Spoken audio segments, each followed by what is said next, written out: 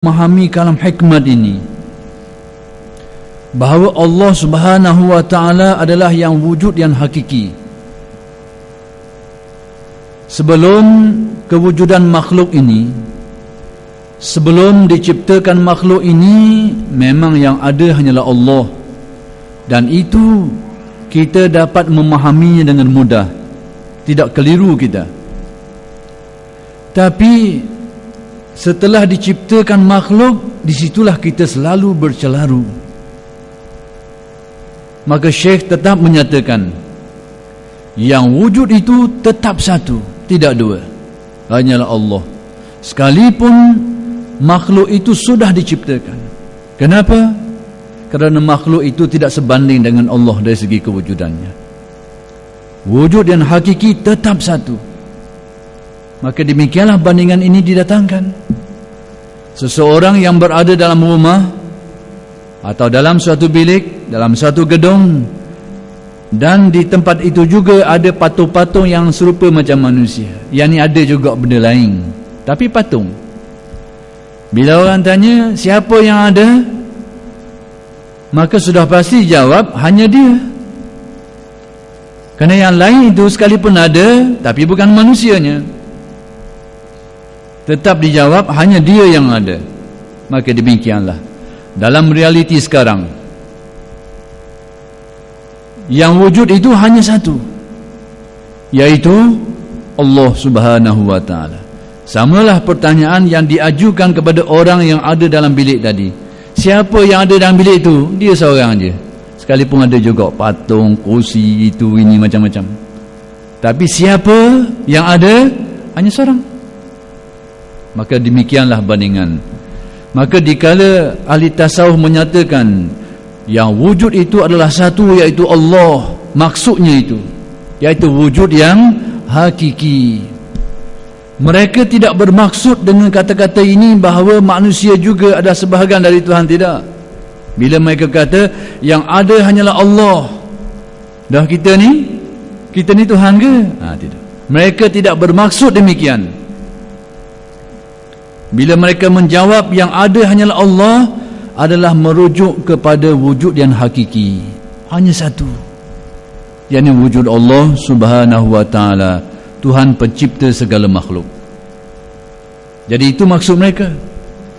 Jadi orang yang tidak memahami sudut pandangan mereka, di sinilah selalunya mereka dituduh sebagai sesat. Bagi orang yang tidak memahami sudut pandangan mereka itu, bila mereka katakan yang wujud hanyalah satu, iaitu Allah, orang yang tak erti ni, dia menganggap mereka ni kata semuanya Tuhan. Sebab mereka kata yang ada hanyalah Allah, dah kita ni Allah lah kalau gitu. Ini sudut pandangan yang salah. Orang yang tidak faham seperti yang mereka faham akan memahami tafsiran seperti ini, sedangkan mereka tidak bermaksud demikian. Lebih-lebih lagi, idea ini, idea yang cuba mengaitkan suatu konsep bahawa manusia bertukar menjadi Tuhan dan Tuhan menjelma dalam diri manusia. Konsep ini adalah konsep yang dikembangkan oleh musuh-musuh Islam, yang cuba nak dibawa masuk, dan yang jadi mangsa adalah ahli tasawuf. Sedangkan mereka tidak bermaksud demikian, tapi cuba dikaitkan, cuba ditafsirkan kata-kata mereka. Yang ahlinya jelas faham, yang bukan ahlinya, sama ada mereka itu salah faham kerana mereka bukan berkeahlian, atau sengaja menyalah tafsirkan untuk merosakkan disiplin ilmu ini. Inilah yang berlaku. Maka sebab itu dalam dunia, dalam keilmuan tasawuf, satu istilah yang selalu disalah faham adalah wahdatul wujud. Wahdatul wujud dalam bahasa yang mudah berarti ketunggalan yang wujud. Yang wujud hanyalah satu maksudnya. Jadi sekalipun perkataan ini, istilah ini, ahli tasawuf sendiri pun tak pakai. Wahdatul wujud ni sebenarnya bukan istilah ahli tasawuf pun tak pakai. Tapi orang cuba mengaitkan perkara ni dengan ahli tasawuf, lalu direka istilah ni. Tapi bila sudah diguna pakai, orang guna je lah. Sedangkan maksud ataupun apa yang hendak disampaikan adalah pegangan mereka bahawa yang wujud, yang hakiki itu hanya satu. Sama ada sebelum diciptakan makhluk ataupun setelah diciptakan makhluk, satu saja, iaitu Allah. Cuma beza dengan kita apa? Kita sekarang, kita meyakini perkara ini. Tak ada orang kata yang wujud, yang hakiki ada dua. Tak ada. Ini syirik yang nyata. Tak ada orang kata begitu. Orang tetap meyakini yang wujud, yang hakiki hanyalah satu, iaitu Allah. Kita pun kata begitu. Tapi dalam masa yang sama, kita melihat kepada kewujudan makhluk juga. Ni, kalau kita tengok depan kita ni, ada juga. Tapi adanya makhluk kita istilahkan sebagai wujud yang majazi, wujud yang pinjaman. Inilah gaya Usuluddin dalam memahami perkara ni. Gaya Usuluddin, tetap kita mengakui yang wujud yang hakiki hanya satu, tidak dua, hanya Allah. Dah kita semua ni, kita nama juga wujud, tapi kelah-kelah ke mana? Kelah majazi, pinjaman saja, tidak disamakan dengan wujud yang hakiki tadi itu. Itu kita. Sebab itu taraf kita ini dinamakan Tauhiduz Zat. Pegangan seperti tadi dinamakan Tauhiduz Zat. Kita mengesahkan Allah pada zat ketuhanannya, iaitu zat Allah hanya satu. Yang wujud yang hakiki, yakni zatnya itu hanya satu, tidak lain. Tapi ahli tasawuf menghayati semua ini bukan hanya menerusi kefahaman. Mereka adalah ahli azwaq, ahli zauq, ahli rasa. Orang yang dihidupkan rasa hatinya. Lalu mereka menanggapi perkara ini, memahami perkara ini bukan hanya dari sudut fikirannya, tapi dikaitkan, disertai sekali dengan rasa hatinya, sehingga mereka merasakan dalam pandangan mata hati mereka itu yang wujud hanyalah satu, sehingga mereka terlupa kepada makhluk. Itu beza dia, ahli tasawuf, dengan kita. Kita melihat kewujudan Allah, tapi kita tak lupa ada juga orang ni. Cuma kita beza dari segi jenis wujud saja. Wujud Allah yang hakiki, wujud makhluk majazi. Ahli tasawuf, kuatnya pandangan mereka ini nisbah kepada nur, kepada melihat kepada kewujudan Allah terlalu terang, melupakan mereka kepada kewujudan makhluk. Lupa, tak ada pada pandangan mereka, sehingga mereka melihat hanyalah kewujudan Allah semata-mata. Mereka lupa terus kepada makhluk, lupa. Itu beza. Maka yang ini dinamakan wahdatul wujud, kalau kita nak pakai istilah itu. Ya, saya nak cerita, nak sebut sangat, sebab inilah antara aspek-aspek yang selalu ahli tasawuf dikaitkan dengan kesesatan. Jadi saya terpaksa mengaitkan beberapa istilah lain yang sesat, supaya orang dapat beza mana tasawuf, mana hak karuk-maruk ni. Dalam tasawuf tadi, kalau kita nak guna istilah tu, gunalah wahdatul wujud dengan erti melihat yang wujud yang hakiki hanyalah Allah. Jadi ahli tasawuf beza dengan kita, mereka lupa kepada makhluk. Kita ni nampak sedar, itu je bezanya. Dikala kita menyedari makhluk ini, kita dinamakan Tauhiduz Zat, kita mengesahkan zat Allah. Tapi bila kita lupa kepada makhluk, martabat itu dinamakan Wahdatul Wujud. Kalau begitu, Wahdatul Wujud tingkatan yang lebih tinggi daripada Tauhiduz Zat, sedangkan ia sebahagian darinya. Itu saja. Tapi istilah lain yang selalu dikaitkan dengan kesesatan disebut sebagai al-hulul dan ittihad. Al-hulul, Tuhan itu menjelma dalam diri makhluk sehingga bersatu, makhluk jadi Tuhan, Tuhan jadi makhluk.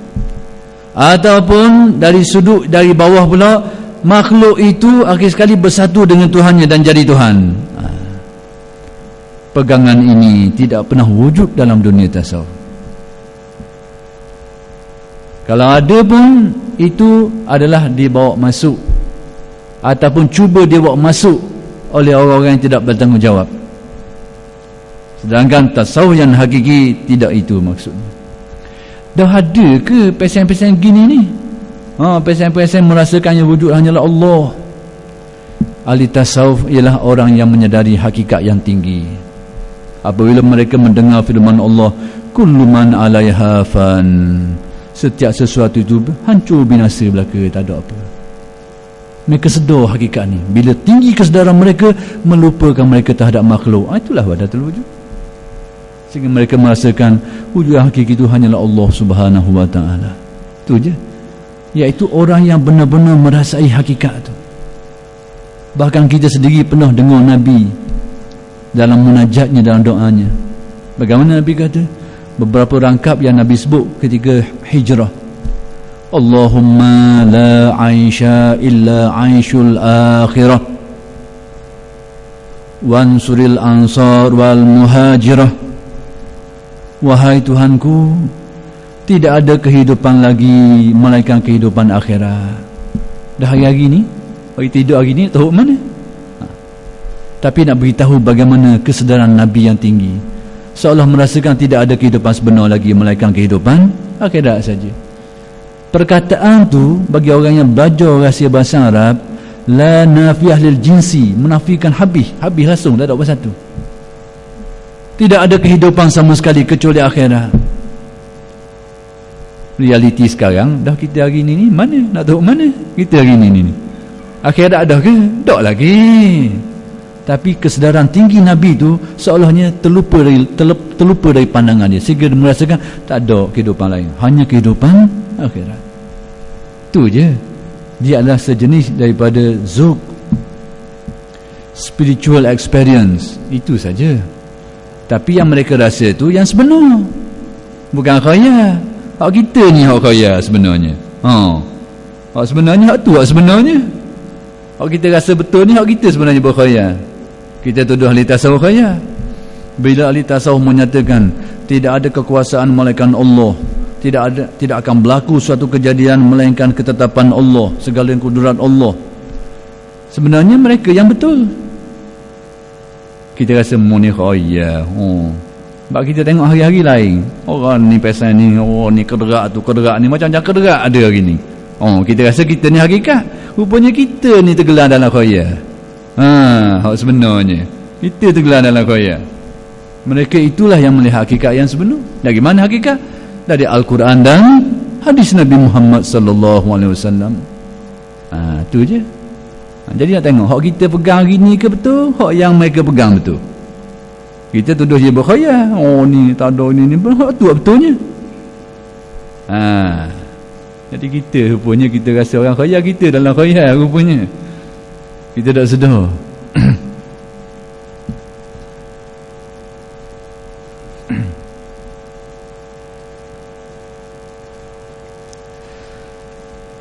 Jawabnya, bila pertanyaan ini diajukan kepada orang tadi yang duduk dalam bilik yang seorang tadi, dalam masa yang sama ada juga kursi meja, patung-patung itu ada benda lain.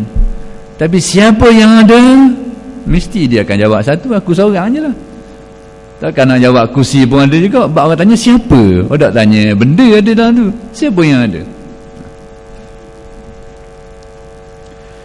Hanya ia seorang yang ada, yakni semua boneka dan berhala itu tidak dapat disebut sebagai teman atau kawannya.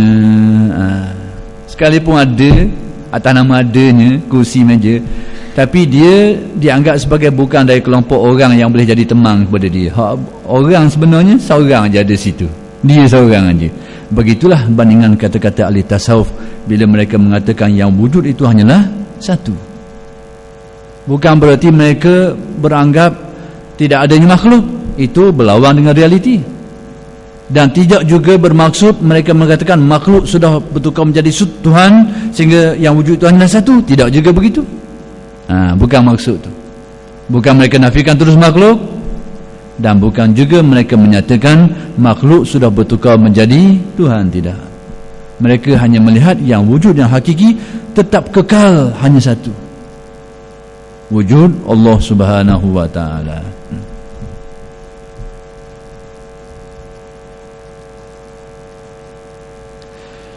Demikian orang ahli hakikat tidak melihat adanya sesuatu yang dapat disebut di samping Allah. Demikianlah pandangan ahli hakikat. Mereka tidak melihat sesuatu kewujudan yang dianggap menyaingi kewujudan Allah. Tak ada. Yang hakiki hanyalah Allah. Bandingannya mereka melihat sesuatu yang ada bayangnya. Bandingan yang mudah. Satu benda yang ada bayang. Ini bandingan yang paling dekat, tamsilan yang paling dekat untuk kita memahami sudut pandang ahli tasawuf ni. Ada satu benda ada bayang dia. Itulah bandingan makhluk dengan penciptanya. Bayang tu diumpamakan macam makhluk. Seluruh langit dan bumi dan seluruh makhluk adalah umpama bayang. Dan bayang ini bergantung kepada empunya ni, empunya bayang ni. Kalau empunya bayang ni gerak sini, situlah tempat gerak dia. Maksudnya segala aktiviti makhluk ini semata-mata gantung sini ni, gantung sini. Gerak sikit ni, geraklah bawah ni. Tak gerak sini, tak geraklah sini. Bandingannya gitu. Kalau ada hak ni, adalah hak ni. Tak ada hak ni, tak adalah hak bawah ni. Tu. Cuma beza kita dengan ahli tasawuf, mereka melihat yang hakiki. Hak sebenarnya hak ni mereka tengok. Hak bayang ni, bayang gantung sini. Hak tu ahli tasawuf. Kita bayang ni hak utama ni, bayang ni. Hak ni tak nampak mana ni, tak nampak mana. Bayang ni, ni apa tu ni. Hak kita duduk kucar hari-hari ni, tenggelam kita ni, tengok tu ke bawah ni. Tu kita sekarang. Bukan tak nampak, tahu ada dalam keyakinan, tapi tak tengok, tak nampak. Duk nampak bayang di bawah ni. Tapi dari bayang dia lah membayangkan ada empunyanya. Tapi Allah tak sedar, dia tengok atas dulu ni. Ni sebenarnya ni.